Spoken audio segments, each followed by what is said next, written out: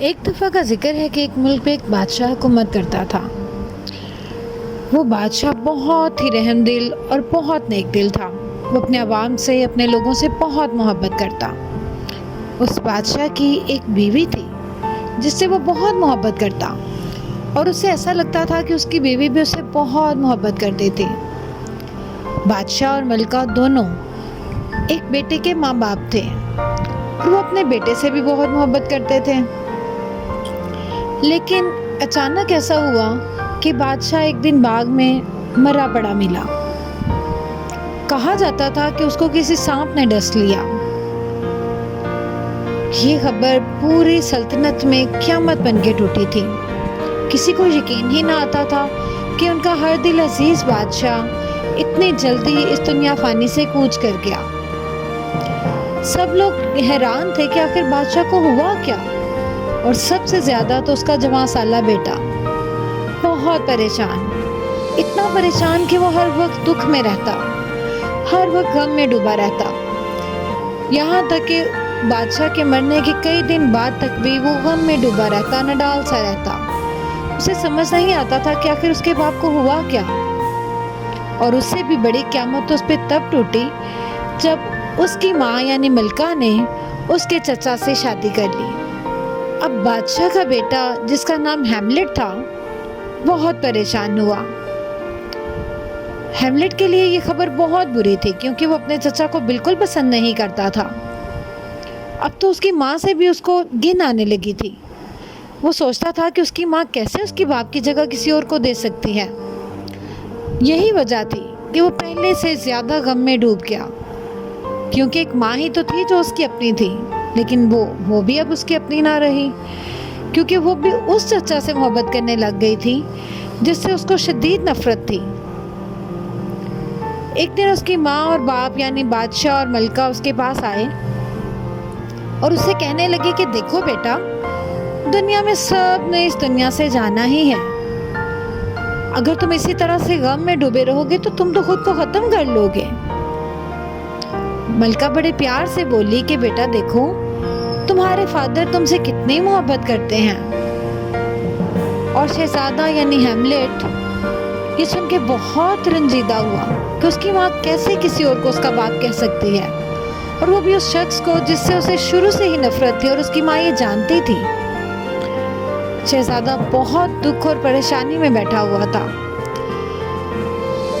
کہ اچانک اس کا ایک دوست اس کے پاس آیا۔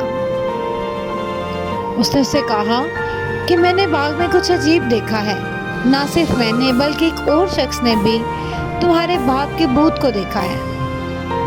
شہزادے نے تو بالکل یقین نہیں کیا کہ آخر ایسا کیسے ہو سکتا ہے، وہ کیا کہہ رہا تھا، لیکن اس نے اس کو اگنور بھی نہ کیا۔ اس نے سوچا کہ میں تمہارے ساتھ چل کے دیکھتا ہوں آخر ایسا کیا ہے جو تم نے دیکھا ہے۔ اور واقعی میں جب وہ باغ میں گیا تو اس کو ایک تاریک ہیولا سا نظر آیا۔ جب بہت غور سے دیکھا تو وہ واقعی اس کے باپ کی شکل کا ایک بھوت تھا۔ وہ بہت حیران ہوا، لیکن چونکہ اس کو اپنے باپ سے بہت محبت تھی، لیکن وہ اس لیے اس سے خوفزدہ نہ ہوا، بلکہ اسے پوچھنے لگا کہ آخر آپ قبر سے کیسے آ گئے، آپ کیسے زندہ ہوئے۔ تو اس کا باپ بولا کہ ایک بہت کڑوا سچ ہے جو مجھے تمہیں بتانا ہے۔ یہی وجہ تھی کہ مجھے چین نہ ملتا تھا۔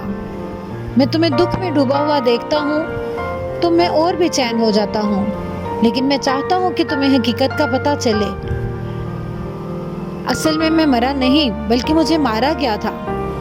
جب میں باغ میں تھا تو میرے کان میں زہر گھول کے ڈال دیا گیا تھا، اور یہ انتہائی دردناک موت تھی۔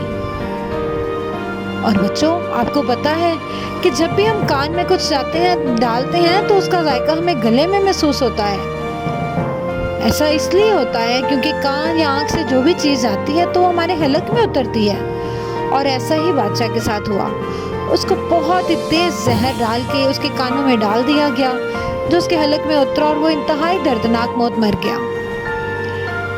جب بادشاہ کے بیٹے کو اس بات کا علم ہوا کہ اس کے باپ کے ساتھ اتنا ظلم ہوا ہے تو وہ بہت آگ بگولا ہو گیا۔ اس کو تو اس کی ماں سے بھی شدید نفرت ہونے لگی۔ جب وہ ماں کو دیکھنے کے لیے دربار میں گیا کہ آخر اس کی ماں کیسے اتنا بڑا جرم کرنے کے بعد رہ سکتی ہے۔ جب اس نے دیکھا تو وہ دیکھ کے اور زیادہ حیران ہو گیا کہ بادشاہ اور ملکہ یعنی اس کی ماں اور اس کا چچا بہت مزے سے دربار میں سر فخر سے بلند کیے بیٹھے تھے۔ اس نے سوچا آخر کیسے کوئی شخص اتنا بے حس ہو سکتا ہے کہ اپنے ہی سگے بھائی کو مار کے اتنا پرسکون بیٹھا ہو، اور کیسے کوئی بیوی اپنے شوہر کو مارنے کے بعد اتنی پرسکون ہو سکتی ہے۔ وہ باغ میں گیا اور بیٹھ کے خوب روتا رہا کہ آخر میں اپنے باپ کے لیے ایسا کیا کروں کہ اس کی موت کا بدلہ بھی لے لوں اور سب کو علم بھی ہو جائے کہ یہ بادشاہ اور ملکہ دونوں قاتل اور ظالم ہیں۔ اسے کوئی ترکیب سمجھ میں نہ آ رہی تھی کہ اچانک اس نے دیکھا کہ محل کے دروازے پہ کچھ لوگ کھڑے تھے۔ انہوں نے رنگ برنگے کپڑے پہنے جیسے کوئی کریکٹرز پلے کر رہے ہوں۔ وہ ان کے پاس گیا اور ان سے پوچھنے لگا کہ آخر آپ کون ہو اور یہاں کیوں آئے ہو؟ تو انہوں نے کہا کہ محل میں ایک سالانہ پلے ہوتا ہے، ہم ہر سال اس میں حصہ لینے کے لیے آتے ہیں اور آج بھی ہم ایک ڈرامہ پیش کریں گے۔ تو شہزادے کو فوراً دماغ میں ایک ترکیب آئی۔ اس نے ان سے کہا کہ ٹھیک ہے، تم ڈرامہ ضرور کرو گے، لیکن ڈرامہ وہ ہوگا جو تمہیں میں کہوں گا، اور تم بالکل اسی طرح سے ایکٹ کرو گے جیسے میں تم سے کہوں گا۔ اور اس طرح سے اس نے انہیں پوری کہانی سمجھا دی۔ اب جب رات کا وقت آیا تو پورا دربار جو تھا، وہ پورا ہال لوگوں سے بھرا ہوا تھا۔ اس میں وزیر مشیر سب بیٹھے تھے۔ بادشاہ اور ملکہ کی خاص نشست لگائی گئی جو کہ اسٹیج کے بالکل پاس تھی، اور ان کے قریب ہی دوسری جانب شہزادہ خود کھڑا ہو گیا تاکہ وہ ان کے بدلتے چہروں کو غور سے دیکھ سکے۔ وہ اندازہ لگانا چاہتا تھا کہ یہ واقعی حقیقت تھی یا کسی کی کوئی شیطانی چال تھی جو اس کو ورگلا رہا تھا۔ اس کے لیے اس نے ان کے چہروں کو غور سے دیکھنا شروع کیا۔ وہ کہانی کچھ اس طرح سے تھی کہ ایک ملک کا بادشاہ اپنے لوگوں سے بہت محبت کرتا تھا، اور وہ جب باغ میں بیٹھا ہوا تھا تو اس کے ہی سگے بھائی اور اس کی بیوی نے اس کے کانوں میں زہر گھول کے ڈال دیا اور سب لوگوں کو یہ بتا دیا کہ اس کو سانپ نے ڈس لیا ہے۔ جیسے جیسے کہانی آگے بڑھتی جاتی، بادشاہ اور ملکہ کے چہرے کے رنگ بدلتے جاتے۔ کبھی وہ خوفزدہ دکھائی دیتے تو کبھی بہت حیران کہ آخر یہ قصہ کیا تھا۔ اور جب تک کہانی اپنے اختتام کو پہنچی، ملکہ بہت خوفزدہ ہو چکی تھی۔ آخر کچھ بھی تھا، اس کو اپنے بیٹے سے بہت محبت تھی۔ وہ نہیں چاہتی تھی کہ اس کا بیٹا کبھی بھی اس کے خلاف ہو۔ اس کو ایسا لگ رہا تھا کہ جیسے واقعی میں اس نے آج دوبارہ سے اپنے شوہر کا قتل اپنے بیٹے کی آنکھوں کے سامنے کر دیا ہو۔ وہ بہت پریشان ہوئی اور اس کے دل میں ایسا درد اٹھا کہ اسی درد کو لیتے ہوئے وہ اپنے بیٹے کی طرف گئی اور اس سے کہنے لگی، بیٹا تم مجھے معاف کر دو۔ ابھی یہ کہنا ہی تھا کہ اس کے باپ کا بھوت ایک ہیولا بن کے وہیں پہ نمایاں ہو گیا، جسے دیکھتے ہی اس کے دل کو ایسا دورہ پڑا کہ وہ وہیں پہ گر گئی، اور حیرت اس بات کی تھی کہ گرتے ہی اس کی جان بھی نکل گئی۔ اب تو اس کا دوسرا شوہر یعنی جو موجودہ بادشاہ تھا، وہ انتہائی حیران ہوا کہ یہ ہمارے ساتھ ہو کیا گیا۔ وہ تو ایسے تھا جیسے اس کا دماغ بھی سمجھ نہ پا رہا ہو کہ آخر کیا ہو گیا، ایسے بازی کیسے پلٹ گئی۔ اور اسی صدمے کے تحت اس کا بھی دماغ خراب ہو گیا اور وہ بالکل پاگلوں کی حرکتیں کرنے لگا۔ اب شہزادہ اپنی مری ہوئی ماں کو اپنی آنکھوں کے سامنے دیکھ رہا تھا اور اپنے باپ کے بھوت کو بھی دیکھ رہا تھا۔ دوسری طرف اس کو اس کا چچا بھی نظر آ رہا تھا جو کہ قاتل تھا۔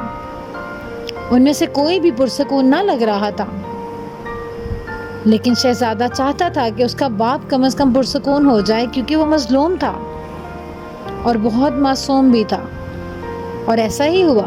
اب اس کے باپ یعنی بادشاہ کی روح کو ایک خوشی سے مل گئی، اور شہزادہ یہی تو چاہتا تھا، اور اس کا چچا پاگلوں کی طرح جنگل کی طرف نکل گیا، کیونکہ اب اس کے پاس نہ تو سلطنت رہی تھی، سب لوگ اس سے شدید نفرت کرنے لگے، اور نہ ہی اس کی پیاری بیوی جس سے وہ محبت کرتا تھا اور جس کے پیچھے اس نے یہ سب کچھ کیا تھا۔ اور اس طرح سے بچوں، برے لوگ تو اپنے انجام کو پہنچ گئے، کیونکہ برائی کا انجام تو ہمیشہ برا ہی ہوتا ہے، لیکن شہزادہ شہزادہ اب اسی محل میں بہت خوشی خوشی رہنے لگا، کیونکہ وہ جانتا تھا کہ اس نے اپنے باپ کو انصاف دلا دیا تھا۔